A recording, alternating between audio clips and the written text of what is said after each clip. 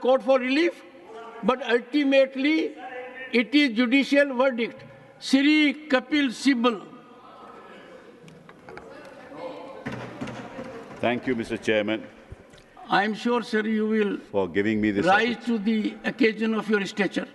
Thank you, sir. Thank you very much for giving me this opportunity to participate in this discussion on the 2024-25 budget. Sir, I personally believe that the economy is in deep crisis. And I will demonstrate in the short time that I have that it is so. And I thought that when the first budget for the next term of this government was to be presented, it would give us a picture as where we are and where we should be. Forgetting about allocations made to departments and sectors of the economy, what's important is what is the vision of this government to get us out of this economic morass. That's really should have been the focus in this budget, but I find that absent. Now, before I say anything, let me tell you why the economy is in crisis. We are a population of 140 crores, sir, and I have an ILO report.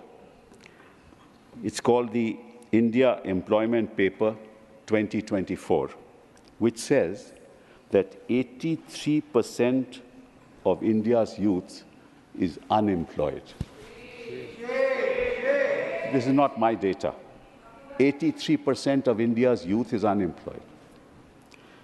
And in 2000, the employment was 35.2%. Unemployment was 35.2%. It increased in 2022 to 65.7%, and in 2024 to 83%. This is the state of unemployment in our country. Now, how will you deal with that? Now, unemployment is not something that happens suddenly. It happens over a period of time. And it happens why? Because the economy is stagnant. And unemployment is related ultimately to several factors. It is related to education. It is in turn related to skill development, which in turn is related to industrial production, which in turn is related to GDP growth. Unless you deal with all these sections, you'll not be able to increase our unemployment rate. So this is where we are. And most of the unemployed people are in the unorganized sector. Only 10% are people who are organized in the organized sector. So the CMI data says that 79% of our population belongs to the working age group of 111 crore people out of 140 crore, of which 83% are unemployed. Now you can imagine the crisis that this country is facing.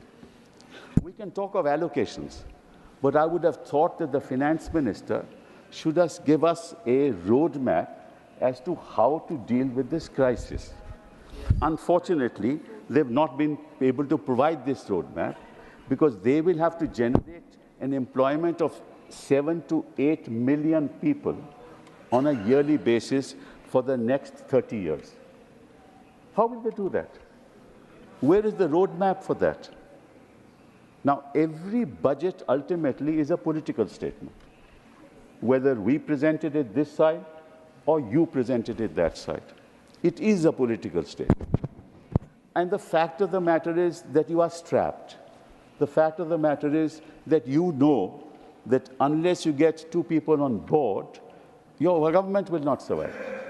So your allocations, therefore, have to be tailor-made to the demands of those 2 people. Nothing wrong with that. I mean, I'm not criticizing you for that because that's the only way you will survive. Nothing wrong with that. Now, sir, in the India Skill Report, which is prepared by India, it says 7 to 8 million job seekers every year and 12 million jobs needed every year. No roadmap. No roadmap for that. Now, so this is one aspect. I've given you the figures. Now I come to the second aspect. The second aspect is that the world is moving in one direction and we are moving in another direction. Why do I say so? So as you know, the rest of the world, there is a declining population. Young people are few. The aged people far outnumber them. In order to ensure that their economy continues to grow, they have to go for artificial intelligence. Artificial intelligence means that you produce the same thing not through manpower, but through machines. Now, that artificial intelligence is good for the European system or the United States of America or the developed world. But in India, if you have 83% of our people unemployed, you can't use artificial intelligence. Right? Now, if you can't use artificial intelligence, industry per se has to use it because it otherwise won't be able to compete with the rest of the world.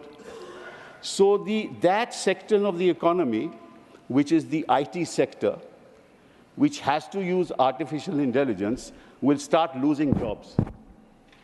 And your economic survey says that 0.3 to 0.4 job loss will take place in the IT sector.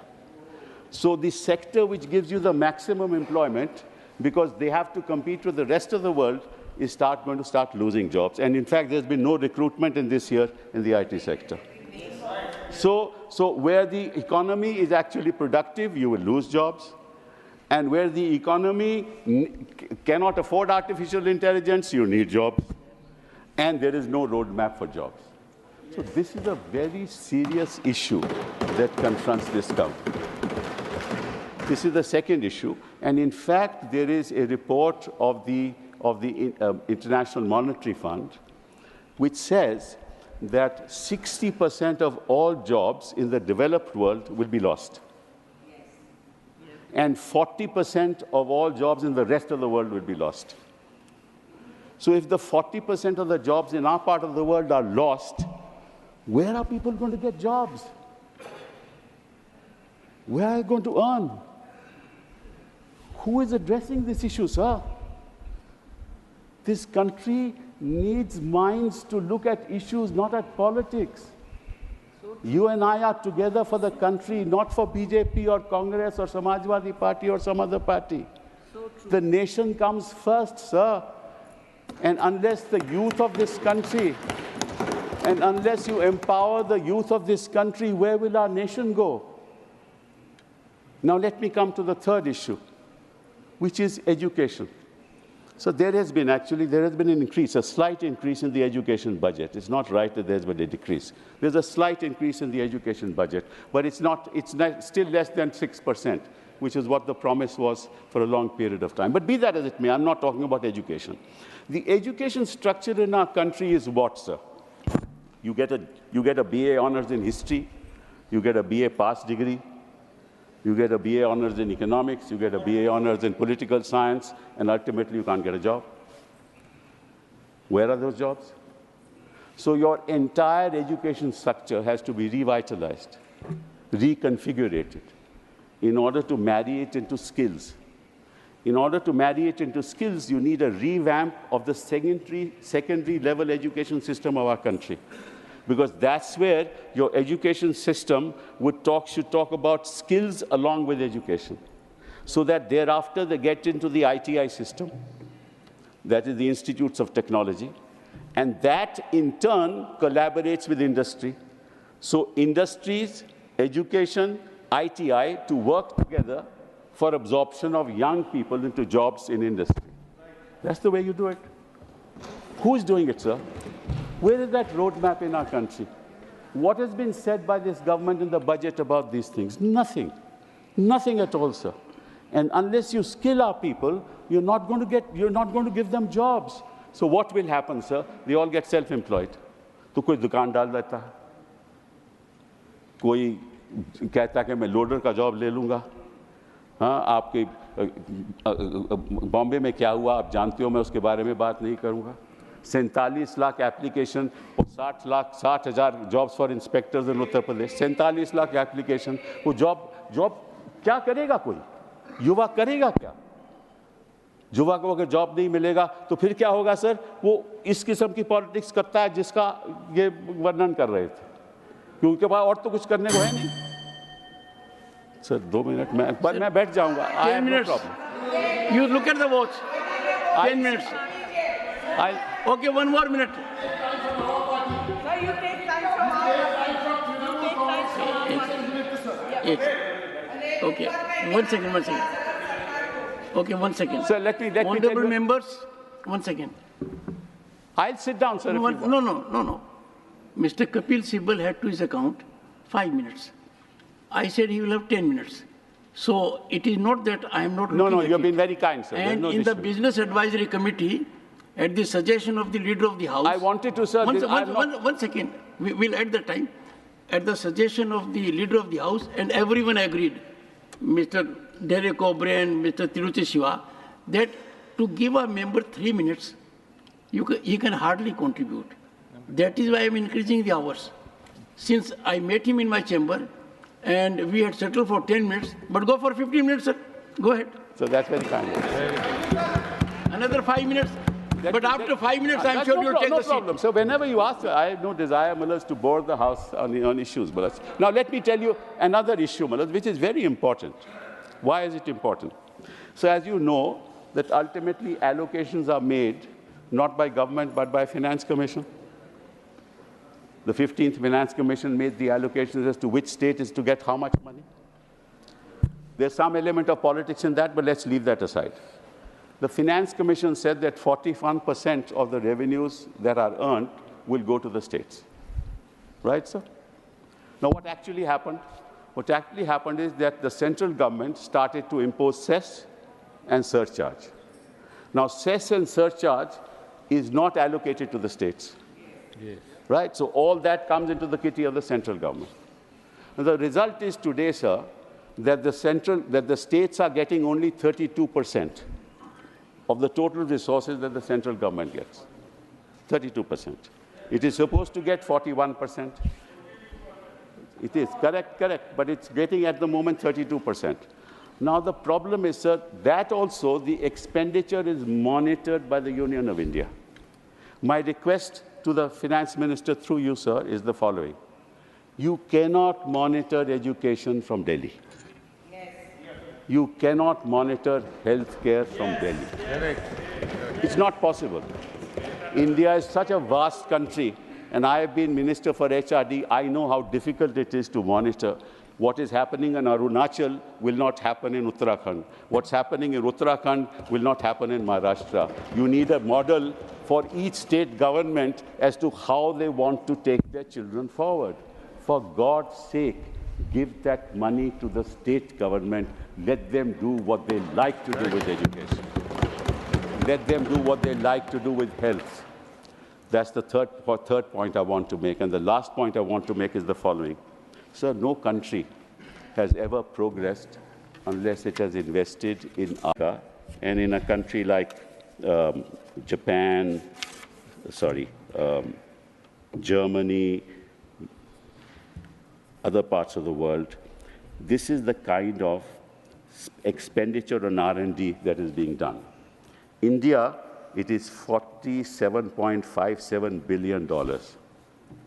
Right, over a population of 140 crores. In Israel, it is $16 billion. In Japan, it is $172 billion. In US, it's $606 billion. In Germany, it's $131 billion. In China, it is $514 billion. Why is that, sir? The reason is all wealth is not created by industry. It is created in the university system. Through what? Through ideas. These ideas are translated into prototypes, and then angel investors come, invest in those prototypes. They then are translated into goods and services, and those goods and services ultimately sell. Now, if you do not invest in R&D, either in agriculture, and that is the biggest bane of our country, that you are talking about 2 lakh crore for the agricultural community, but no real expenditure on R&D in agriculture. If you spend 100 crores in agriculture, your return will be 1,000 crores. Therefore, all wealth is created in the university system, both in the United States and in China. And here you are controlling universities. Please allow the education system to be free. Do not interfere in the education system of our country. Do not interfere. And once you give enough resources to the university system, they will produce wealth in themselves. And that's how employment will be generated. And there are several agricultural economists in this country who have been saying this. Invest in R&D in agriculture, including some of the people who have written newspaper articles recently. And what you have done in agriculture today, you have increased it by 5%, the budget by 5%. That's going to give you nothing, sir. So please free your mind from control. You want to control the politics of this country. You want to control the economy of this country. It can't happen from New Delhi. Give us freedom, give the states freedom, give our citizens freedom, give our women freedom, give our youth freedom. It's only then that India will rise and we will become a Viksit Bharat. Thank you very much. Shri G.K. Vasan.